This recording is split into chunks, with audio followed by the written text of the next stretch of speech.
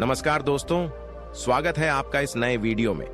हमारी जिंदगी में कई बार हम खुद को एक मुश्किल घड़ी में पाते हैं। कई बार हमें बड़े फैसले लेने पड़ते हैं, लेकिन हमें यह नहीं पता होता कि वह सही है या गलत। क्या उस फैसले का परिणाम हमारे जीवन में खुशियां लाएगा या मुसीबत। लेकिन कई बार हमारे पास सही निर्णय लेने की सुझाव नहीं होते और हम जल्दबाजी में फैसला कर लेते हैं, और उन फैसलों की वजह से हमारी जिंदगी सुखमय हो सकती है या फिर हमारी जिंदगी नरक से भी बढ़कर हो सकती है।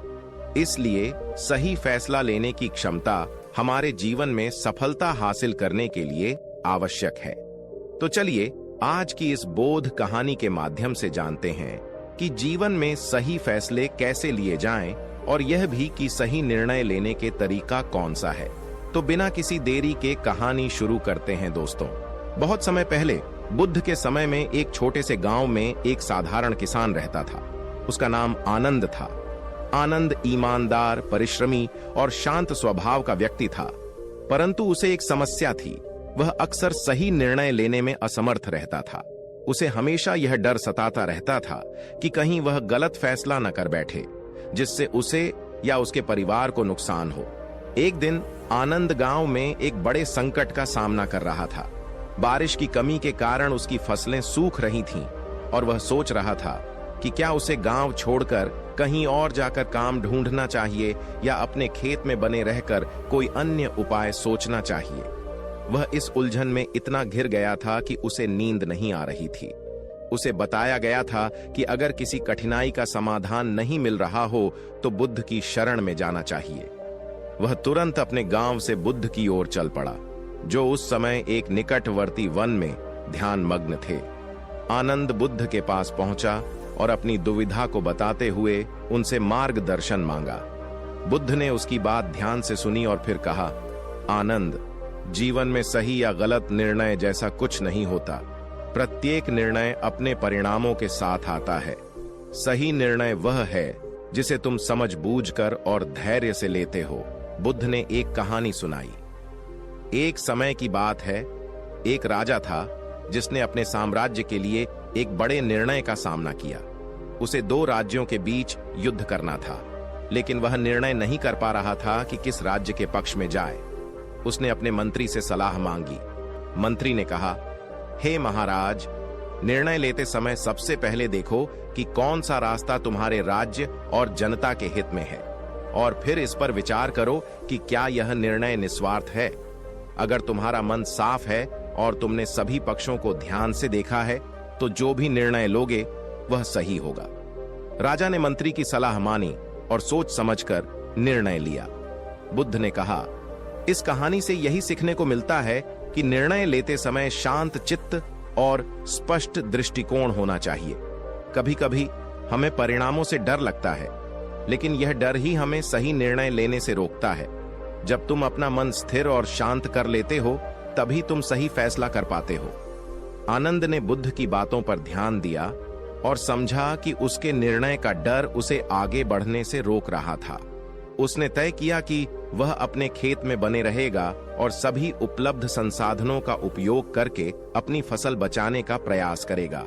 उसने अपने परिवार के साथ मिलकर बारिश के पानी को संचित करने और बेहतर सिंचाई तकनीकों का उपयोग करने का निर्णय लिया। धीरे धीरे मेहनत और विश्वास के साथ उसकी फसलें फिर से लहलहाने लगीं। इस अनुभव के बाद आनंद ने यह सीख लिया कि सही निर्णय वही होता है जो धैर्य और विवेक से लिया जाता है। गलतियां करना जीवन का हिस्सा है, लेकिन डर से निर्णय न लेना सबसे बड़ी गलती हो सकती है। बुद्ध की शिक्षाओं ने आनंद को न केवल अपने जीवन के बड़े निर्णयों में मदद की, बल्कि छोटे छोटे फैसलों में भी सही मार्ग दिखाया। एक बार ऐसा हुआ कि गांव में अकाल के बाद पानी की भयंकर कमी हो गई। गांव के लोग पानी के लिए एक दूसरे से झगड़ने लगे। जो लोग अमीर थे, उन्होंने कुएं के पास अपना अधिकार जमा लिया और गरीबों को पानी से वंचित कर दिया। आनंद ने देखा कि यह स्थिति गांव में तनाव और हिंसा बढ़ा रही है। आनंद खुद भी इस समस्या से जूझ रहा था, लेकिन अब उसके पास बुद्ध की सिखाई हुई समझ थी।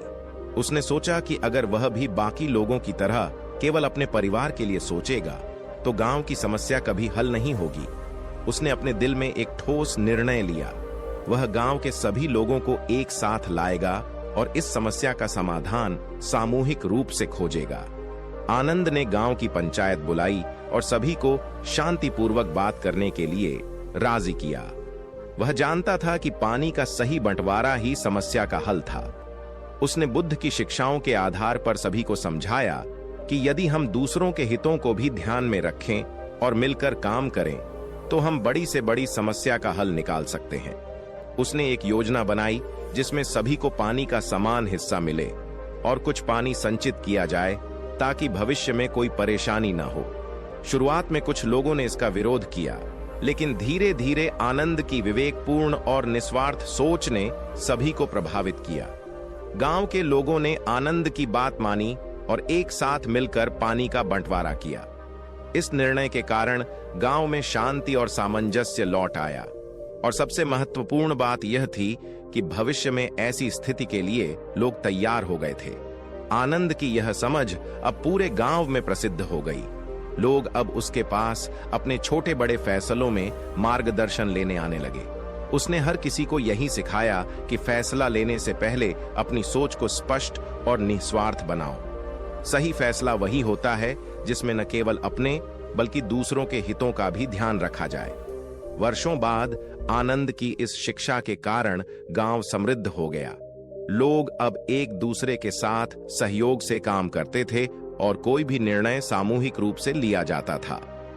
आनंद ने सीखा और सिखाया कि डर, स्वार्थ और जल्दबाजी से लिए गए निर्णय हमेशा मुश्किलें लाते हैं, जबकि धैर्य, समझ और निस्वार्थता से किए गए निर्णय हमेशा सुख और शांति की ओर ले जाते हैं।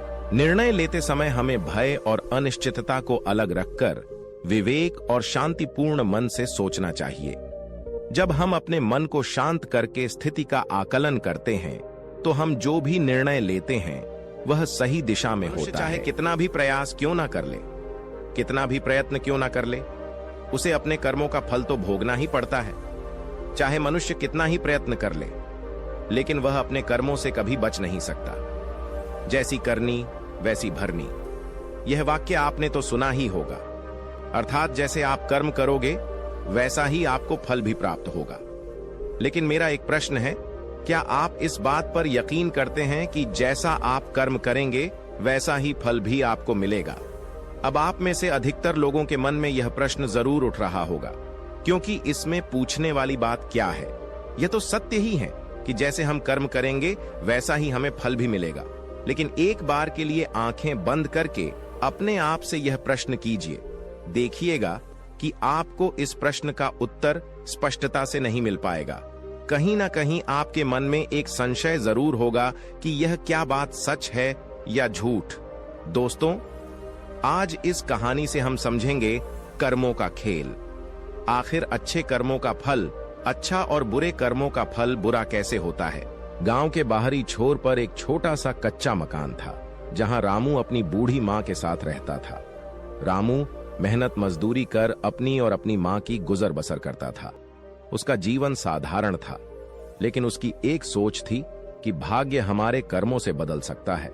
रामू ने हमेशा यह सोचा था कि अगर वह पूरी मेहनत करे तो वह अपनी किस्मत को बदल सकता है। एक दिन रामू की मां बहुत बीमार हो गई।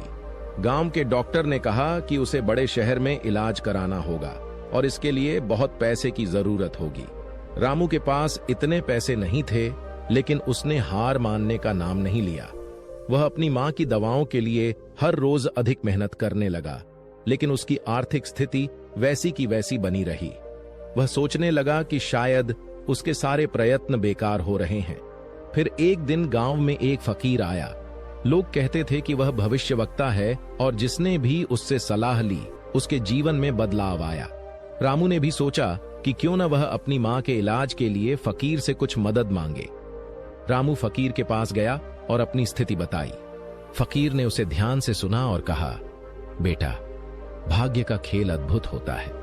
कभी कभी इंसान कितना भी मेहनत कर ले, जो लिखा है वह नहीं बदल सकता।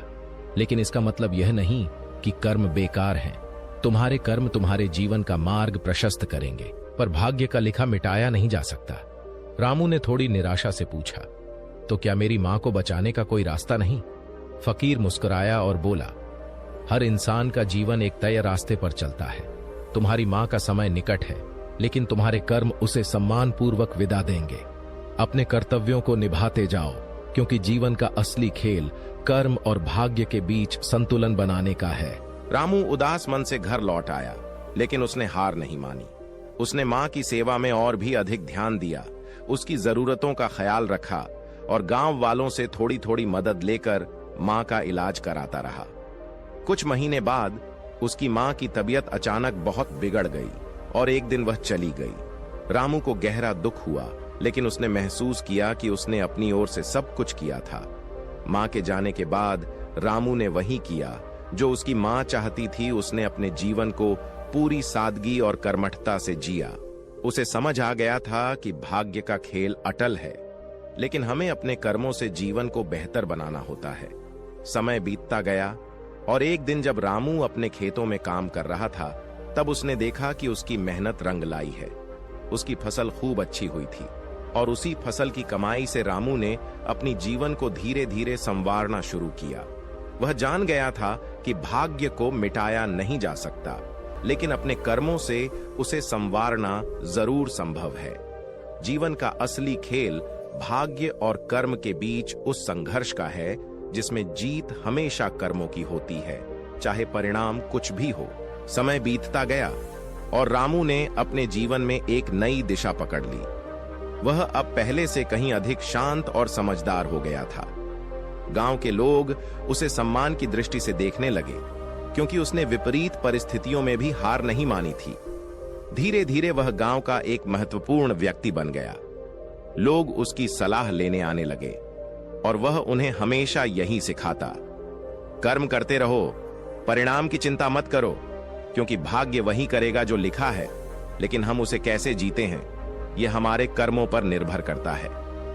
एक दिन गांव में एक बड़ा सूखा पड़ा। कई किसानों की फसलें बर्बाद हो गईं। लोग निराश और हताश थे। रामू ने देखा कि गांव वाले बहुत निराश हो गए हैं। लोग भाग्य को कोस रहे थे। कुछ ने अपनी मेहनत छोड़ दी थी और कुछ ने तो गांव ही छोड़ने का मन बना लिया था। लेकिन रामू ने हार मानने से इनकार कर दिया। उसने गांव वालों को इकट्ठा किया और कहा, सुनो भाइयों, हम सब जानते हैं कि सूखा हमारे बस में नहीं है। यह हमारे भाग्य का हिस्सा हो सकता है, लेकिन इसका मतलब यह नहीं कि हम हाथ पर हाथ रखकर बैठ जाएं। हमारे पास अभी भी वक्त है कि हम कुछ कर सकें। हम अगर पानी के स्रोतों का सही इस्तेमाल करें, कुछ तकनीकें अपनाएं, तो इस आपदा से भी लड़ सकते हैं। गांव वालों ने पहले उसे अनसुना किया, लेकिन जब रामू ने खुद एक छोटा सा तालाब खोदने का काम शुरू किया, तो कुछ लोग उसकी मदद करने आ गए। धीरे धीरे सभी गांव वाले मिलकर पानी संग्रहण के नए तरीकों को अपनाने लगे। उन्होंने अपनी मेहनत और हिम्मत से कुछ क्षेत्रों में फसलें उगाई और अपनी आजीविका बचाई। रामू की बात सही साबित हुई। धीरे धीरे हालात सुधरने लगे और गांव वालों ने महसूस किया कि मेहनत और कर्म से भाग्य की कठिनाइयों को भी पार किया जा सकता है। यह सूखा उनके लिए एक बड़ी सीख बन गया था। रामू ने उन्हें न केवल कर्म की महत्ता सिखाई, बल्कि यह भी दिखाया कि कैसे सामूहिक प्रयास और सही दृष्टिकोण से हम भाग्य के खेल को भी बदल सकते हैं। कई वर्षों बाद रामू अब बुजुर्ग हो चुका था, लेकिन उसकी कहानी और उसके कर्म गांव वालों के लिए प्रेरणा बन गए थे। वह हमेशा कहा करता था, भाग्य का लिखा कभी नहीं मिटता, लेकिन हम उसे जीने का तरीका बदल सकते हैं। रामू की इस सोच ने न सिर्फ उसके जीवन को बल्कि पूरे गांव को एक नई दिशा दी थी। गांव में अब भी लोग किसी समस्या का सामना करते हैं तो रामू की सीख को याद करते हैं, कर्म कभी बेकार नहीं जाते। भाग्य वही रहेगा जो लिखा है, लेकिन कर्म से हम उसे सम्मान पूर्वक और सफलता पूर्वक जी सकते हैं। इस प्रकार रामू ने अपने जीवन को न केवल सफल बनाया, बल्कि वह दूसरों के लिए भी प्रेरणा का स्रोत बन गया। उसने यह सिखाया कि भाग्य का लिखा कभी नहीं मिटता, लेकिन यदि हम सही दिशा में कर्म करें तो हम अपने जीवन को बदल सकते हैं और अपने भाग्य को नए तरीके से आकार दे सकते हैं।